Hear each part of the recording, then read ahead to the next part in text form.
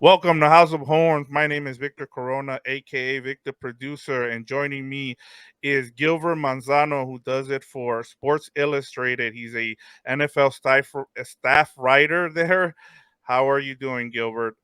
Yeah, I'm doing well, and it is an intriguing matchup. And now that I look at each other here on the screen, we did not plan this out. LA hats with Compas on the Yes, beat hoodie, yes, but I guess when you're on the same team and you host a channel together, you should probably match more often than not. And if you like this hoodie, check it out in the description. Certified Compas shop for the hoodie and the hat. You can figure that out on your own. I don't know. Where do you buy hats, Victor? I don't know, but yeah. yeah, yeah. There we go. Look at you already plugging things, as we get started. But we have a lot to cover on this episode, Gilbert, including player matchups, news and notes, and then, of course, storylines for both teams and keys to the game and our predictions at the end of the episode. But, Gilbert, before we get to the game preview and our news and notes, what can viewers and listeners look out for on the Compas on the Beat network? Yeah, definitely check out Compas on the Beat on YouTube. But before I get to the main channel there, check out all our content, by the way, at House of Horns. If you missed something like the recap, I know Monday night was a late game, or you want to forget about that clunky game, Rams and the Bengals there. But there is a recap. Check out the analysis. I'm not saying leave this video and go backwards, but definitely check it out, or even comment here. Hey, you know what? We'll get back to it, kind of thing. But Combos on the Beat YouTube channel. We have a lot of NFL content there. We look back from week 3. We look forward to week 4. So a lot of options there for the NFL. And yeah, you might take a guess. We did talk about Taylor Swift and Travis Kelsey. So if you're tired of that, maybe look at a different video. If you want to know more about it, we got you covered there too. We do it all. And definitely check out What's Up Bolts with Fernando Ramirez, Dan and Diego. If you have some Chargers players in your fantasy team, or you want to get to know an opponent. Maybe they don't. I don't know. The Rams don't play the Raiders, but who cares? Just check it out. Subscribe to everything. Support the network. Compass on the Beat Network. Yeah, your support always helps, guys. So please, and we're so thankful. We continue to get subscriptions. It's been great seeing all the feedback as well. We had on our live, we had a bunch of comments. That, shout out to Daniel Calderon. Yeah. He was in the comments and helping us get through the show there. So we always, we're always, comments are always welcome and feedback as well. But Gilbert, before one last thing, we have a little bit of business to take care of, and that is your engagement question of the week. Yes, sir. It's time for the engagement question of the week. Week. I need my own sound drop for that. I'll make it up Yes, myself. I am doing your job, Victor Producer, yes, but uh, I this is why I'm not the producer, but I can make some noises. But the yeah, engagement question is there is some, kind of some good news, but don't get too excited news at the same time. And Sean McVay was saying the hope is to, activate the 21-day window for Cooper Cup off IR to practice. That's it, just to practice, not to play a game just yet. So hold on there. So I want to ask the Rams fans, the listeners and viewers of House of Horns, do you want to see Sean McVay and the Rams play it safe with Cooper Cup? Hey man, hamstrings, those things are tricky. They linger. Practice for a week or two. You do have 21 days. You do miss 2 more games there against Colts counts as one for sure. You still got the Eagles. You still got the Cardinals. So do you want to see him wait it out or say, hey, this guy's ready to go? Go out there and test it out because you never know until you're out on the field. So might as well go play. So let me know in the comments. If you're on the audio, by the way, check out the audio always. Apple Podcast, Spotify, House of Horns. Get to the YouTube, comment for this question here. there we go. And kind of going off of that injury news, let's get to news and notes on the with the injury report for the Rams as we record on Wednesday night. Gilbert, let me just go through it real quick, and then we'll get into kind of a little conversation in terms of some of these injuries. You have you here. Let me give you that. You have offensive lineman Alaric Jackson. He's got a hamstring. Tight end Tyler Higbee has an Achilles. Ben Skoranek, wide receiver Ben Skoranek also has an Achilles, and then you have Puka Nakua still dealing with a oblique injury. Now, in terms of what was said by Sean McVay today, Gilbert, was that it, I think Jackson, Higby, and Skoranek would have been deemed non-participants if it was a regular full practice, but because they're on a short week, it's just a walkthrough, and then Puka Nakua would have been limited basis. So, and then we talked through the engagement question. He gave us an update on Cooper Cup. So let's get into the Cooper Cup injury, and then we'll kind of talk about some of these injuries. So go ahead and start us off with the Cooper Cup. What do you got for us?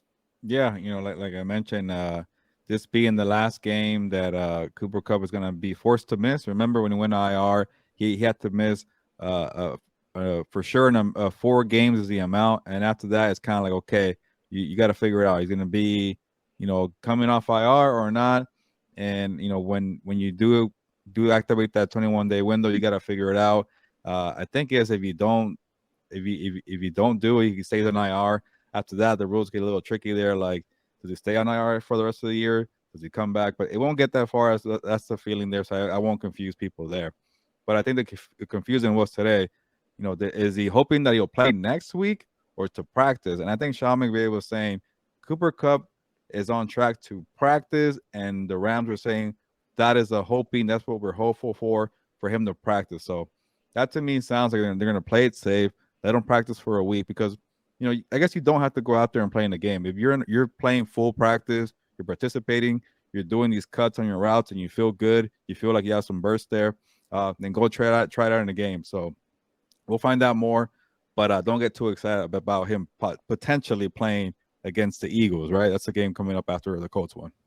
Yeah, and I mean, I think that was part of the confusion. Was well, I know I saw people asking, well, why is he not even practicing? That's because when you're on IR, you're not allowed to practice, and then that's why they activate that 21-day window, and you're able to practice. And so in terms, you kind of want to take it easy right now. Let's see what happens with this game, and then the next, the Colts and the Eagles game. You don't want to push it. We talked about it with the Burrow injury last week with the calf. I think you kind of want to take it easy, especially right now when you have a really good replacement in Puka Nakua. So and it changes things. Having Puka Nakua kind of changes things. Gilbert, I don't know what do you think about that?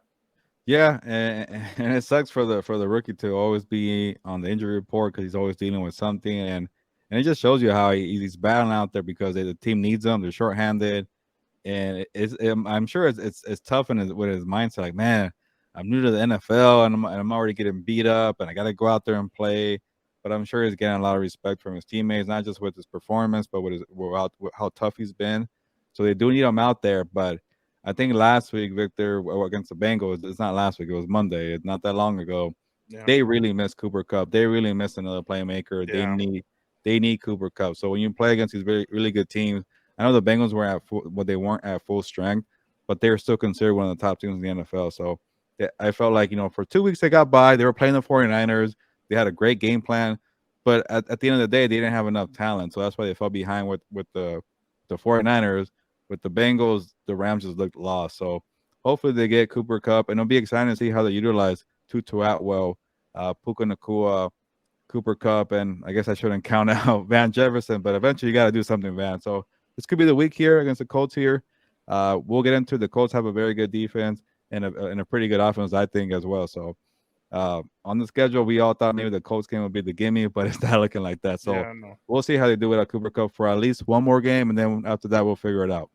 Yeah. And then just going over some of the injuries as I mentioned, you have Alaric Jackson with the hamstring injury. I thought the ones that were kind of surprising were Tyler Higbee and Ben Skoranek with the Achilles. I don't know how severe those are going to be, how impactful, if they're going to miss the Colts game since it's on a short week.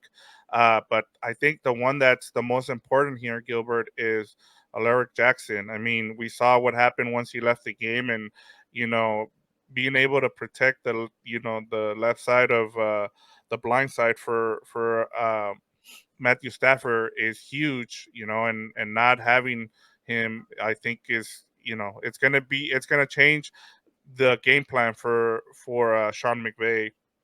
Yeah, no, it's big. Like I mentioned on Monday, that game in Cincinnati felt like the 2022 offensive line. They got a lot of injuries, and last year was very I guess ugly to see for the offensive line. But they had a positive note with Alaric Jackson, just shining as a left tackle. I think I'm trying to remember now. I think he was a guard last year, and they moved him, and it worked out. And then this training camp, he goes and he competes with Joe Noteboom, and he won the job. So he is undrafted. I think he might be Canadian, but he's really, carved out a role here, and they really need him. So hopefully he goes. But hamstrings again, as we know, with Cooper Cup are tricky. And then it's interesting to see Higby and Scarana with Achilles. Usually they'll put like a calf or something, so they're very specific there. Hopefully, there's nothing too severe. But yeah, offensive line, you need Jackson to go, and I think Joe Nopum was fine, right? I think he returned to Yes. practice, so that is good news there. But you got to have your top five for a very good defensive front in Indianapolis. Yeah, and Alaric Jackson has been their best offensive lineman so far this season, according to PFF. I don't, I don't put too much stock into those ratings, but it helps when you're trying to figure out who's playing the best on the offensive line or whatever position you're talking about with NFL teams. So, you know, make what you want out of it, but at least he's been so far their best offensive lineman. So if he isn't if he isn't ready to play, it'll be interesting to see what Sean McVay does. If he use changes up personnel, if he one of the things I know I saw a lot of people complaining about was giving you know uh Zach Thomas help on that side of the line. So maybe if he ends up playing, maybe they bring in someone else. But it'll be interesting to see what Sean McVay does with that. But you have anything else on news and injury news and notes, Gilbert? No, no, I think that's about it. And again, we're recording on a Wednesday, and the Rams are coming off a short week, so you can't really tell. I think Thursday will be a bigger practice day for the Rams. All right, let's move on to Rams and Colts storylines. Who do you want to start off with, Gilbert? Yeah, I'll take the Colts, the road team here. I'm very intrigued by the Colts. They are one of the biggest surprises. They lost pretty bad to the Jaguars in week one, and the Jaguars have been pretty terrible the last 2 weeks. So that was kind of a strange game, but it was kind of a coming out party for Anthony Richardson. He was really impressive in that week one game. I kept a close eye on it. I wanted to see how he would do as a passer. He looks like he's a much improved passer, and that is a credit to Shane Steichen, the quarterback guru. And I think the Colts got it right. Jim Mercer has gotten a lot of things wrong over the years, but I'm pretty sure he hired Steichen because they needed a quarterback. And who has the best track record? Shane Steichen, and that I think made him feel like that guy over there, Anthony Richardson, he's a boom or bust. But we feel confident in him being a boom because we have the quarterback guru in Shane Steichen, and that hiring that draft pick could pay off for a long time. Now the problem is he hasn't been playing the last 2 weeks. Has been Gardner Minshew there, and that's a credit to the defensive side. They've been holding it down, man. They shut down Lamar Jackson a week ago. They beat up on a pretty good Texans team the week before that. Texans are playing well actually. So uh, it's a very balanced team. It's a rugged, gritty team, kind of like the way the Rams wanted to do it. Zack Moss, where did he come from? He's a pretty Right. good running back. I thought week two was kind of like, hey, maybe he's a decent guy. He'll go away. They fed that guy in week three. So now, if Anthony Richardson is clear to play, watch out for the running game. That could be a problem. And Victor, you were telling me before the show, like that defensive front for the Colts is very ferocious. So if you want a physical team, on both sides of the trenches, the Colts have it. Yeah, this is not a fluke, Gilbert. I was doing research on the Colts as we got prepared for this, and I was just like, I was blown away with the talent that not only that they have this. There's this 2-1 start. You said they got blown out by the Jaguars. They were actually in that game. Um, and it tells you, how things can change from season to season if you hire the right coach, as you pointed out. going and looking at, and we didn't even mention Jonathan Taylor. They're doing this without Jonathan Taylor. They're 10th in offense so far. Their defense, which I'll get into later on as we do our keys to the game. I'll kind of go over it, but I just wanted to talk about in terms of where they're at right now. And you talked about Jim Irsay. I mean, I think he got lucky here because hiring Shane Steichen, you've been a big proponent of his. You've talked to him. He's a compa. He's been on the show on regular compas. And you also were the one that was a big proponent of drafting Anthony Richardson, and what he's been able to do with quarterbacks has been pretty. Just look at his history, Gilbert, and this. I'm just mentioning the names. Whether it's now with Anthony Richardson, Jalen Hurts, Herbert. Hmm. The list goes on. Philip You've seen Rivers, what Philip he didn't Rivers. develop him, but he really Yeah, made him play well. yeah, exactly. So it just shows how good of a play caller, and you can also see that the Eagles are kind of struggling without him. I mean, yeah, they're winning games, but the offense doesn't look as good as or dominant as it looked last season. Jalen Hurts is starting to struggle passing the ball, and so. But getting back to this Colts team, the construction of this team, we forget that they have talent on the offensive line. They have DeForest Buckner on the defensive line, Shaquille Leonard, aka Darius Leonard. He's the third best, linebacker on this team, which I'll get to why that is.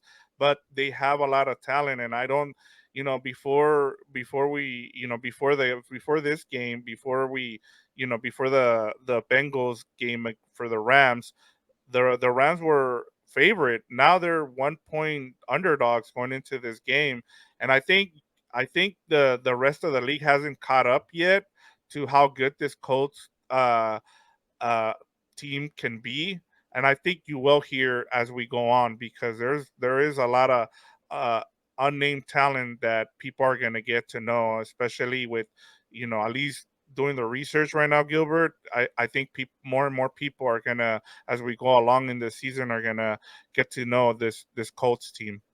Yeah, maybe the one tricky part is, Anthony Richardson has missed the last, I guess you could call it a 1 game and a half. He only played the first quarter against the Texans. It was a really good first quarter. He had 2 rushing touchdowns, and again, I love talking about Anthony Richardson because he reminds me of Cam Newton. Like he's special because of what he could do with his legs. And when he's in the red zone, this guy's a threat from all over. Like it's not like a 1 yard touchdown run, like because he's a big body. No, he could stretch the field horizontally. Get a little sweep and get an 18-yard touchdown run. And he had 2 of them in week 2. But unfortunately, when you play that way, you take more hits. And he took a concussion in week 2 and week 1 they were trying to rally and he took a nasty hit and you could tell he was shaking up too. So, that's a long run problem. The thing for the Rams that might help out in this game, he's been out. This rhythm that they've gotten from week 2 after he left was the Gardner Minshew. And I don't know, like, is it better because they have Gardner Minshew in a rhythm? I don't think so because Richardson makes you think more because he's so versatile. And, I know maybe he's not as polished as Minshew when it comes to throwing because Minshew's been around. Obviously he's going to pass him eventually, but he's been out and he's a rookie. So I wonder if that could affect the Colts and what they got going. Like they've just been feeding Zack Moss. How would it work with Anthony Richardson? Who gets the ball in the option, the RPOs? Like who's going to take it? Do you take it Yeah. more often than not? Do you trust your guy Zack Moss? So all that's kind of been different there. But and then also too for the passing side, like Michael Pittman, Alec Pierce, and Josh Downs, they've been kind of getting a little chemistry with Gardner Minshew. Will that continue with Anthony Richardson? I think so, but that could be a little wrinkle there that people might be overlooking. Yeah, and they have a good tight end in Granson who had a great first touchdown. Little what was it, TikTok, where he took the ball and it made it seem like it was a baby, like it was a newborn baby, which I thought was pretty cool to see. Just people being creative with things like that. But as you talked about, I thought about that as well in terms of, hey, do you keep the hot hand with Garner Minshew, or do you go back to your rookie, who you're building this offense around? So it'll be interesting to see how which way they go, because you know just like the expectations have changed for the Rams, so have they for the Colts. And it's like, do we want to continue to win and let you know Garner Minshew continue to, the role that he's on, or do we bring in, do we bring back our star rookie in Anthony Richardson while he develops? So it'll be an interesting call. This is why they get, people who are a GM or a coach. This is why they get paid, because it'd be hard for me to make this decision, Gilbert.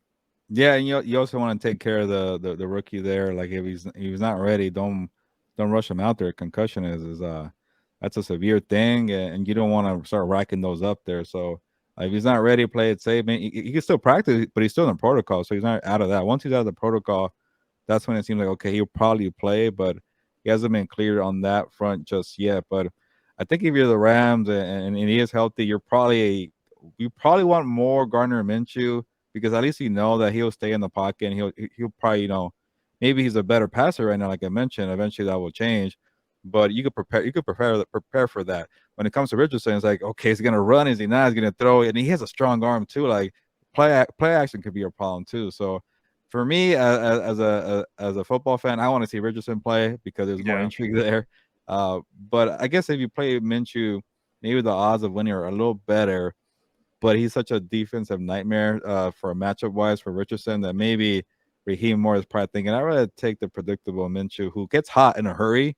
Yeah. But with Richardson, it's like, ah man, you gotta like they say, you gotta defend every what's it called, blade of grass out there.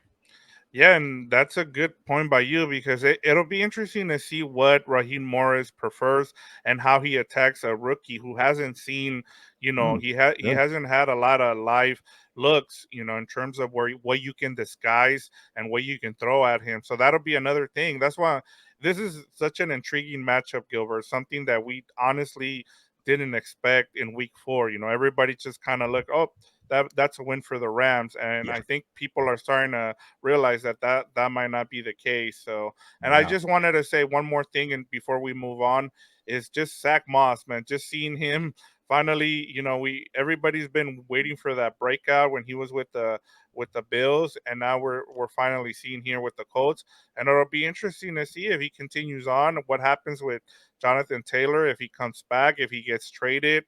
And I think the way things are going, they might have a reason to trade Jonathan Taylor and get something in return. So that'll be something to keep an eye on, Gilbert. I, I forgot. Okay, I just checked it out. Like I thought, I'm like, is Zach Moss is a second round pick or a third round pick? He's a third round pick.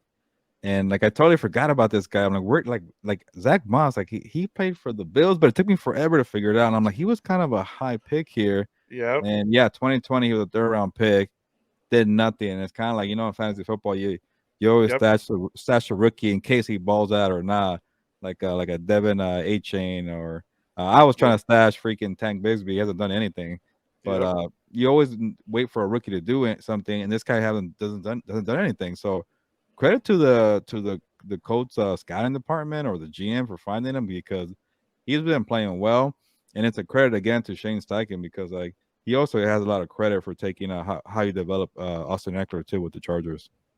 Yeah, and he does that a lot. Just seeing, I think part of the one of more thing that I'll point out in terms of what they've been doing the last 2 games is they've been more dinking and dunking with Zach Moss and Gardner Minshew. So that's kind of been their offense. But hey, that's worked for them. They blew out the Texans, and then they eked out a win against against the Ravens. So, like I said, people are gonna get more familiarized, and then this is what happens when you're one of the bottom tier teams the season before. You don't get a lot of exposure, you don't get primetime games, and I think and people on the scene, the NFL scene, whether you watch ESPN or Fox Sports or whatever, they're always going to talk about the 49ers, the Cowboys, the sexy teams, and teams like this get left behind. And unless you're able to kind of break these teams down, you're not going to know the fact that you know you can have a good team like the Colts. Yeah, and I mentioned it earlier. Like I think the Rams were trying to strive for this physical kind of slow it down pace without Cooper Cup. And even with Cooper Cup, I think they might still try to do this approach here. But the Rams do have Kyron Williams. The offensive line, was playing better before that Bengals game. You got a good tight end and Tyler Higbee, and then your defensive front has been doing well with on the other side with Kobe Turner and Aaron Donald and Byron Young as a rusher. So it's very similar, but you could tell that the Colts are way more ahead when it comes to being physical on both sides of the trenches. So I think I wrote recently, I'm like, it might come down to the team who controls the clock and it has like the longer drives and the more rushing yards that will win this game. I feel like, but we're not at the keys to the game just Yeah. yet, though. Yeah, no, and kind of just moving on to the Rams, I think my biggest question is, can the depth on this team and the injuries are starting to, be something to kind of keep an eye on, and I think for the injuries are especially along the offensive line are going to be a big issue going forward, Gilbert. Yeah, if you're playing like you did on Monday night, offensive line wise, like you see what that happens to Matthew Stafford when he's getting a lot of pressure like that. Uh, this has always been a problem for Stafford. Like their interceptions are there. When he was in Detroit, something like he kind of, has a high mark of interceptions, but when he has great protection, man, this guy's a surgeon in the pocket. Like he has great. Like the one good thing about Stafford coming back, like you could tell, he still has plenty of zip on the ball. He's healthy and he's fine, but when he has that pressure, he goes back to the old ways. Okay, a bad interception here, or it could be a tip pass, whatever. Maybe it's not his fault, but that unevenness came through again on Monday, and it bit uh, the Rams there. But it's not entirely his fault there. It does suck that Tutu Atwell didn't get that one touchdown there, but you could tell they're a very short-handed team, and when you don't have enough firepower, you're not going to compete. They let the Bengals hang around for a while there, so the good thing about that Monday night game, that defense really took a couple steps forward there. I did like to see that, but you're right. The offense with the injuries was taking a toll. So we'll see what happens against a very good Colts defense, and they're probably similar to what the Bengals just did. So we'll see how like if the offensive line can't hold it down, it's gonna be a long day. Yeah, I think you made a great point there in terms of the defense. Who would have thought that the defense is going to be the thing that's been kind of holding it down while the offense kind of catches up? And some of these injuries might be a little concerning, but as long as you have Matthew Stafford and we'll get into the running game. We want to see a little bit more from the running game. I think fixing the offensive line and getting being able to kind of change a little bit of a strategy from McVay, which kind of gets me to my next thing is we saw McVay have his one of the worst performances coaching wise that he's had in his career. What can we expect? Going into this game against, as we've been praising the Colts. And I know he'll always give credit to the other team. And he did that against the Bengals post game. But I'm really intrigued to see. It'll I want to see what he comes up with and how he rebounds from this, what was one of his worst coaching performances. Yeah, maybe I missed it either. I think it was Monday. I'm not sure if he spoke to the media Tuesday because Mondays are funky. So this might have been the first time they've spoken to McVay since Monday, and I didn't hear it the first time, but today they asked him about that punt he had in the fourth quarter, midway through with 6 minutes to go. Why did he punt it? And he was honest. He was like, you know what? Like the defense was playing well. We weren't getting any third down conversions on offense, so I punted the ball. And I'm like, all right, you can't be mad at that one. But Yeah. running the football late in the game to kill like 30 seconds, that wasn't the right play Yeah. there. Again, it could be miscommunication where maybe they thought it was a pass, they thought it was run when he kept saying pass. You don't know the behind the scenes. He's not gonna put it on his players when it comes to that. But I get it now after we spoke about the punt there. The defense has been playing well, and that's a credit to them. But when the sometimes when the offense can't get anything going, it's never a guarantee you're gonna get get the ball back or even get going again. So why not just get going? It's kind of like the Raider game where it's like you're here. It's not. I know it wasn't the same. It wasn't the same situation. The Raiders were in the red zone. It's kind of like, will you get the ball back or not? Maybe just do something here and just go for it. But I understand the defense was playing pretty well. Yeah, and they were 0 and 10 on third down. Yeah. So So I yeah. mean, it makes sense. He does have a case there, but he's just had a really bad, and it just it wasn't a Sean McVay type of coaching night for him. But he'll I'm sure he'll do a lot better going up against the Colts here. Um, but let's get to our player matchups, Gilbert. I'll let you go first. Yeah, I think we are gonna have something similar, but I got one side of the ball, and I am taking the Rams defensive front against the rushing attack of Anthony Richardson and Zack Moss. That's me assuming that Richardson will play. He's practicing, so I feel like they're gonna try to get him out there to play. Being a rookie, and he's probably really eager to get out there and pushing people. So uh, regardless, it still kind of applies though, because I want to see Zack Moss against his defensive front here. And you've been mentioning this a few times, or before the season started. Can this team defend the run with so many small edge rushers? They've been doing a pretty fine job. I think Joe Mixon kind of got him a little bit in the second half on Monday. And I know Christian McCaffrey had a long run in the week 2. They definitely held it down in week 1. So is a physical team. They're going to wear you down. They're going to punch you in the mouth. You better be ready. And obviously, Aaron Donald will be ready. And it seems like Kobe Turner has been ready too. But it's really going to test you. Like you got to be patient. Like the way the Rams broke down the Seahawks in Week 1, that's what the Colts are going to do to you, running the football. And it's going to be unique style if it's Anthony Richardson. Again, I don't know how it's going to play out with Richardson missing a couple games to get back in the groove. But when they if they establish a rhythm and you don't know who's going to keep the ball, Richardson or Zack Moss, that could make your life a nightmare out there on the field. Like I think it was which game I'm trying to think of. Oh, the Cardinals against the Cowboys. It was a different type of style, but the Cardinals spread out the whole offense and just said, "You don't know when it's coming, but we're going to run the freaking football and we're going to win every single time." Yeah. The Colts have a similar way, but it's more predictable. Well, maybe not if it's Anthony Richardson, but it won't be a spread out attack. It'll be like RPOs kind of thing. So the defensive front, be ready. If you bite and you lose, it might cost you a couple yards. Yeah, this is where I like Raheem Morris and what he can do against Shane Steichen. It'll and I like the fact that you're going with that because what we've been praising Raheem Morris all season, and I think we talked about it earlier in terms of who do we see? Do we see Anthony Richardson or do we see Gardner Minshew? And I think he's got a game plan for both. And I think they'll be ready to go. But once when you have Aaron Donald as your anchor on that defensive line, you can do a lot of things, and I think that helps a lot. And then I've really enjoyed watching these corners and the way they've been, feisty with a lot of the receivers that they've gone up against, whether it's been Jamar Chase, and a DK Metcalf. You've seen a lot of fight from this team, and so that'll be something to look forward to. But for me, Gilbert, I'm gonna go with the Colts front seven versus the Rams beat up offensive line. Now, the I'm gonna rattle off some stats that not a lot of people know because not a lot of people have seen this Colts team.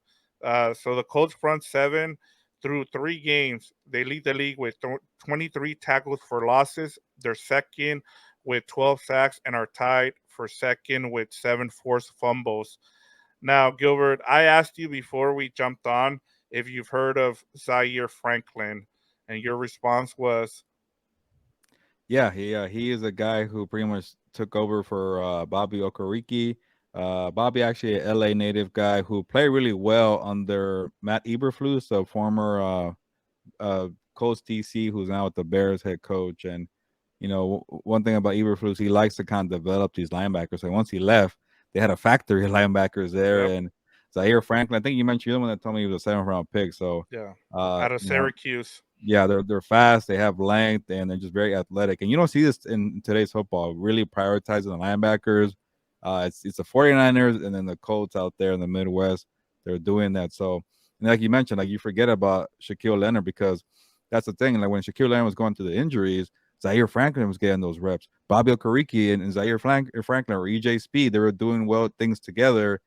And then when Bobby Okereke became a free agent, it's kind of like we can't pay the guy because we got this guy and that guy, and then Leonard's coming back.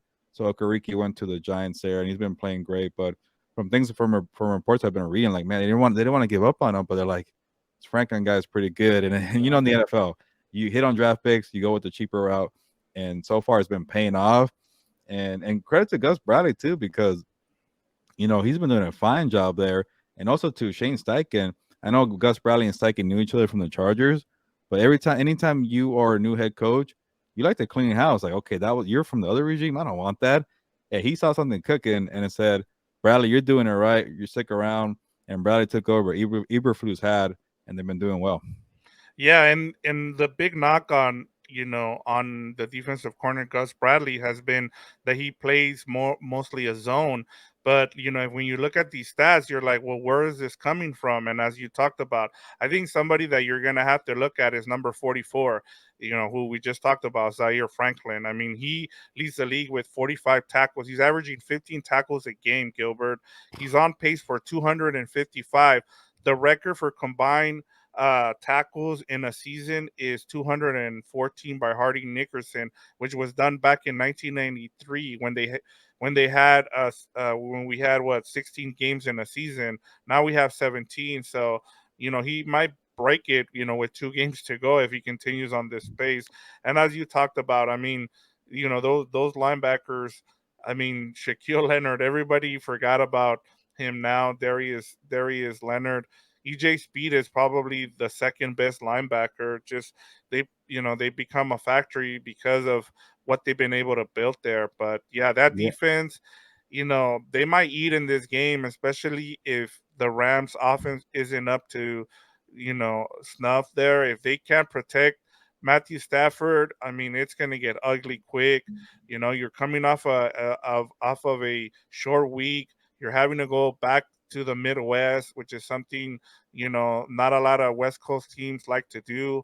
And so, I mean, this can turn ugly, but we'll get yeah. to it. I just, this will be a big matchup to keep an eye on. Gilbert is the front seven versus that offensive line, and hopefully, Sean McVay can give help if Alaric Jackson isn't available to play, because these guys are going to run around, from sideline to sideline.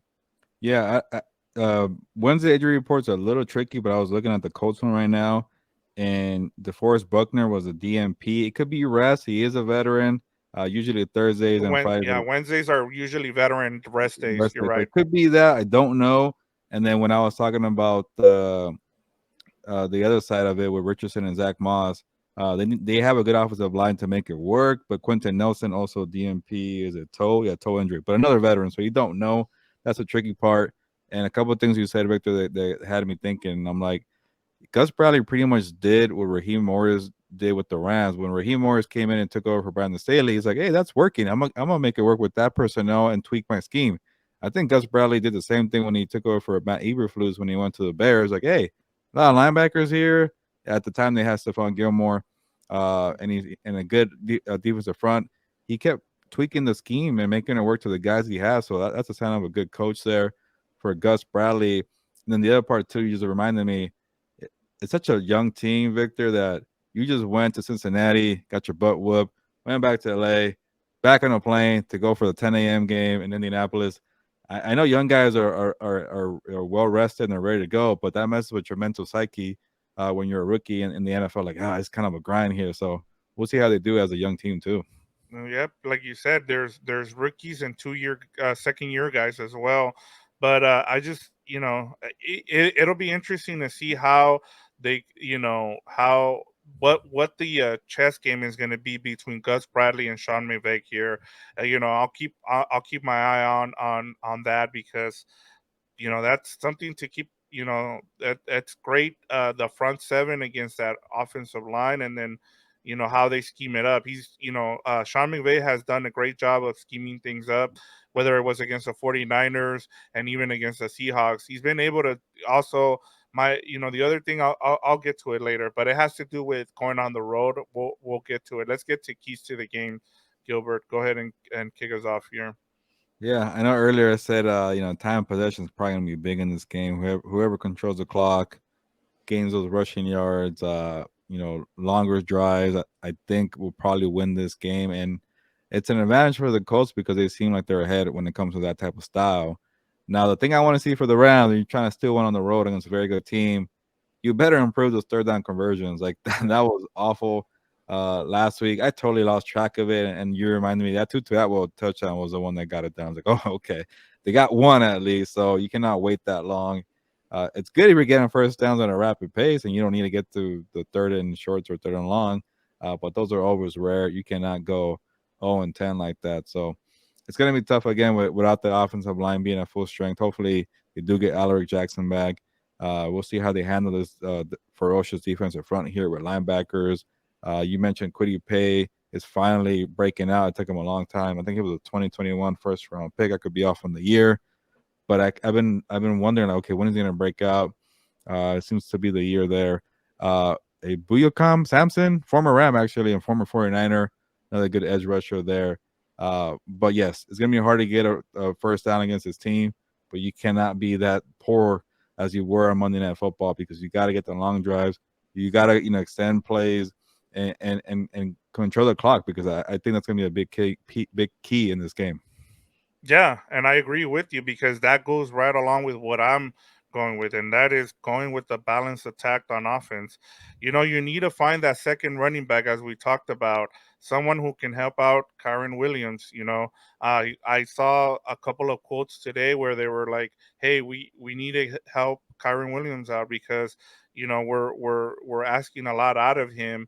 And I understand what happened with Cam Akers. You weren't expecting, but now he's out of the building, which is good. Now you can move on, but you need to bring in you need to bring in somebody, whether it's Ronnie Rivers, if he's able to be up to the task.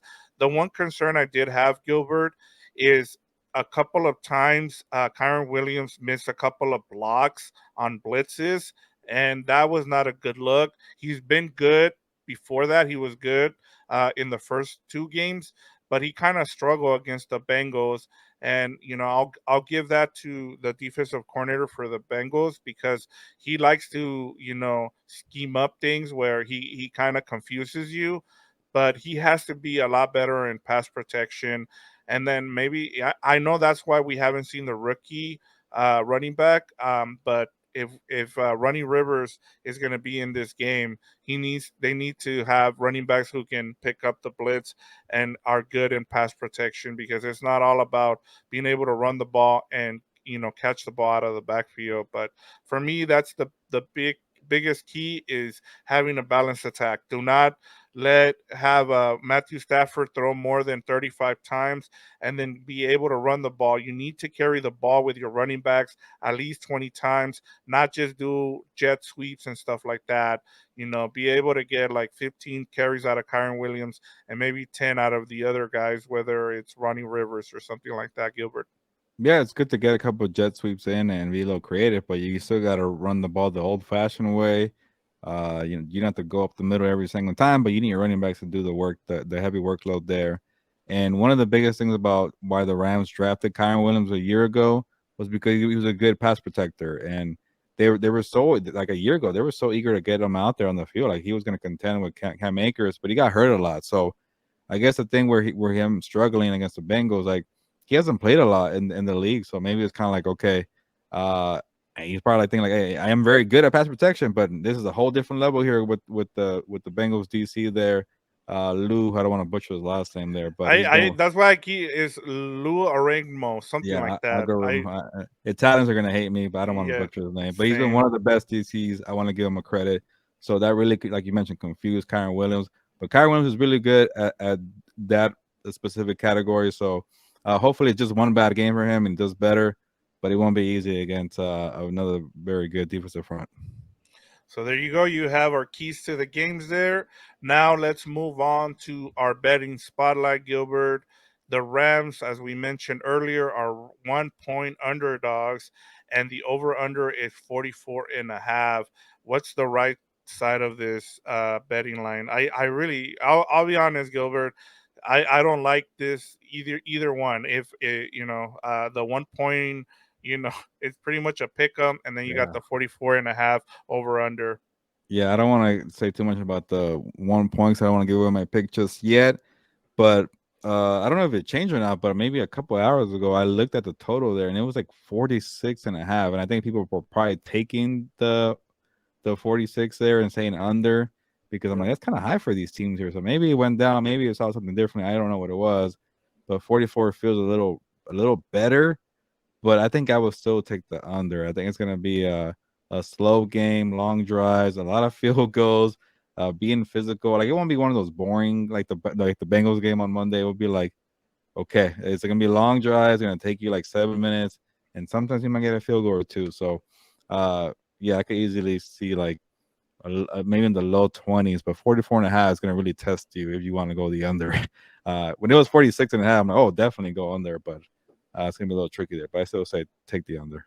Yeah, no, I was trying to look at the stats that I had here for the gambling, and just going off the over under so far, the Rams are 1-2, and the Bengals are 2-1 against the over under, and then against the spread, they're 2-0-1. The Rams are, uh, and then the Colts are 2-1 on everything. They're 2-1 on the over under, and then 2-1 against the spread. So if I would go, I would lean with, I'm with you. I would lean with the under just because the Rams outside, I no, they haven't hit. Which one did they hit the over on? I'm trying to think of what. Oh, it was the 49ers, right? I can't remember. Wasn't that like Yeah, it 23, was the 20? 49ers. It was the Yeah, you're 49ers probably game. right. The other ones were the under. It was the Bengals and the Bengals and the Seahawks. So if you're a betting man, I would go with the over under. I take the under here. But let's get to our predictions now, Gilbert. Rams and Colts. How do you see this game? Which way Yeah. are you leaning? Yeah, I'm just trying to do the math in my head, but I for the total here. But I already know who I'm taking. I'm going with the Colts. They are a very physical team, like I keep saying. They seem to be in a groove, and we'll see what happens with Richardson if he plays or not. If he's a little rusty, that could help out the Rams. But again, this guy he's been a much improved thrower from his Florida days.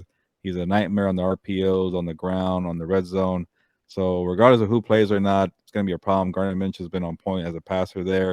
A lot of weapons, and then like you mentioned, Victor, this defense has been very good. They held the Ravens, I think, in Baltimore to 19 points. So it's gonna be a battle for the Rams, and I was thinking this would be the game they'll win here. So if they lose here and they drop to what 1-3, and Three. you're playing the Yeah. Eagles, it's gonna be tough. So maybe they might prove me wrong here. I think I've only gotten one right. I'm 1-2 this year because I got them wrong with Seattle, and I picked the Rams to beat the Bengals. That did not work out for me. So don't take my words because I haven't been predicting correctly here. So maybe I'm wrong here again. Let me know in the comments if you disagree. I'm sure you do. But give me the Colts, and I will say 23-17. That's still under, right? Yeah, I think. Yeah. Yeah, I'm right with you, Gilbert. If you had asked me about this game a couple days ago without like doing no research on the Colts, I would have given you I would have gone with the Rams, and just because, and this has nothing to do with what I saw with against the Bengals. 0-10 on third down, and then unable to, convert in the red zone. That has nothing to do with it. I know that Sean McVay is going to make the right adjustments. He's going to have a better coaching performance. My thing is, as I talked about, West Coast teams going to the Midwest or the East Coast on a 10 a.m. don't do well. That's number one. Number two is the fact that you're going back to back weeks back to the Midwest. That's also another thing that we talked about. Those things eventually do matter. And then, the third thing, just doing the research and kind of looking at this Colts team. they're a lot better than people think. Not a lot of people have found this team yet. Wait till people figure out this team and the fact that there's a lot of talent on this team. As we talked about, those linebackers go sideline to sideline. This is going to be a big challenge for Sean McVay, but I just think that the Colts are better. They're at home. They have home field advantage. And so I'm going with the Colts. I think it's going to be a 20-10 ball game. I Ooh. think they're going to find it hard to score points against this defense. I think Gus Bradley is doing something good. Wherever he goes, I know he gets criticized, but whether he's been to DC with the Jaguars, the DC with the Raiders, the DC with the Chargers, and now the DC with the Colts, he always gets his teams up, especially against good offenses. And so I just that's why I'm going with the Colts. And before this game, before we started previewing this game, I thought this was going to be an easy win for the Rams, and it was one that they needed to win. And maybe they prove us wrong here, but it's hard to go against the Colts right now.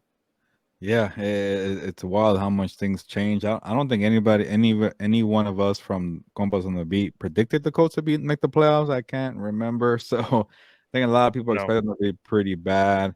I am not surprised about Steichen having a pretty good, I guess, start there in Indy. You never seen him as a head coach, so you don't know how you would do as a, as a manager, calling timeouts, things like that. But he's a good scheme creator or designer or whatever you want to call it. He knows how to coach. He knows how to get the best out of people. But he's probably letting Gus Bradley do his thing. A veteran in the game a long time, and it's working out there for the Colts there. But it's gonna be tough. You know what it reminds me of, Gilbert? Sorry to interrupt you there, but it kind of reminds me of when Sean McVay took over for the Rams and they had Wade Phillips. That's Oh kind of yeah, yeah, yeah, the same thing where Wade Phillips was running the defense and Sean McVay was doing the offense. I think it's the same thing. He's a young guy, and Wade Phillips is pretty much running the defense. yeah. And that's a good point. So that's a good, I guess, something to point out too for why they're doing so well. The if the Colts win, they'll be what 3-1. Rams lose, they'll be 1-3, staring at an Eagles game at home. So uh, I don't think players think about it that way. Oh, if we don't win this one, you're gonna lose that one. No, So you got to win this one. So, but it's I'm a sure, long season, Gilbert. It's a long yeah. season. But it's just tough. This is me being the negative side of mine. If they lose this one, it's gonna be tough because then you play the Eagles, and that's when you really dig yourself a hold there. But again, we just saw the Cardinals beat the Cowboys, so maybe the Rams win the next two, or maybe they beat the Eagles and they lose to the Colts, and it just doesn't make sense at all. So, And uh, I'll give you this, Gilbert. Last season, the Lions started off bad, the Jaguars started off bad, yeah, and they ended up making a run. Now the Lions didn't make the playoffs, but the Jaguars did. So you never know. Like, yeah, yes, it'll take you a couple of weeks. We're not trying to make things better for make you feel better, but that's just the reality of football. The NFL. It's a week to week. And unfortunately, you mentioned this right from even before the season started. This was going to be a tough schedule to start off the season, and it surely is. We just didn't expect some of these teams like the Colts to actually be good, and so yeah. this is what happens.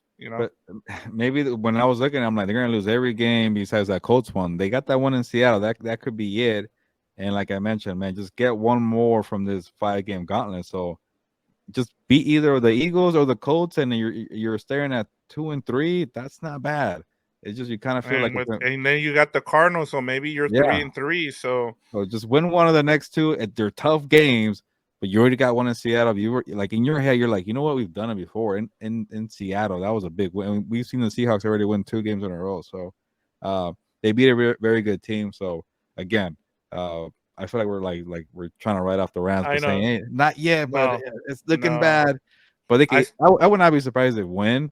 And then yes, I would have probably picked the Rams if they were at home. That was probably the biggest yeah. decider there. So yeah, Yeah, I there's know, and it's I'm not a not giving mismatch. up on this team, Gilbert. I, Yeah, I still think they can make the playoffs. I always looked at this schedule and I thought they'd be like 2-4, yeah. somewhere in there. And then the second half of the schedule eases up and they can kind of go on a run there. So I'm just giving you credit because you're the one that mentioned this tough schedule, and I thought about it too as well.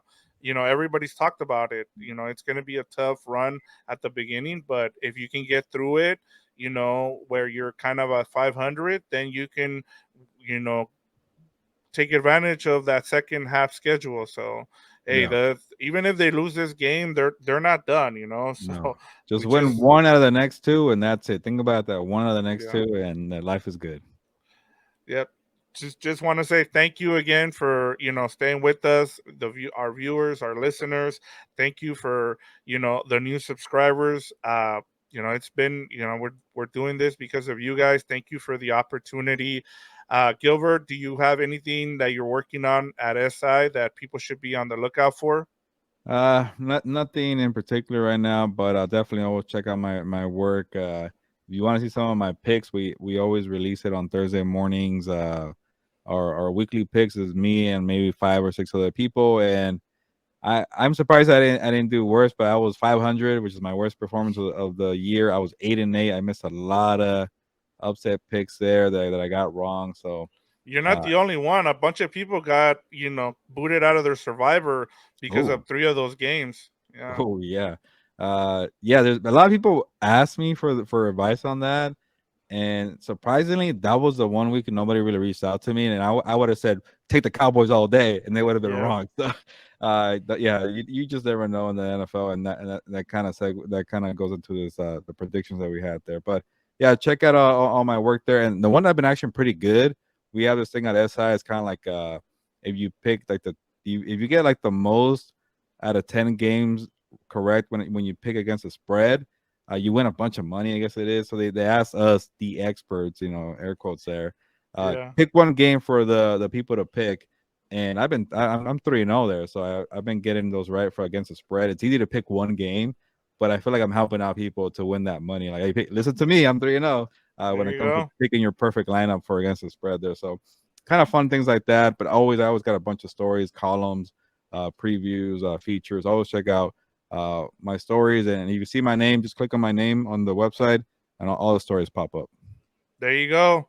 Now you know where to go and find Gilbert's work. I don't have anything else outside of the Rams here, but you can follow Gilbert on X at gmanzano24. Any of his socials, he goes by that. You don't have anything else different, right? No, I guess my IG is G Monsanto NFL, but everything else is There you G go. Monsanto 24.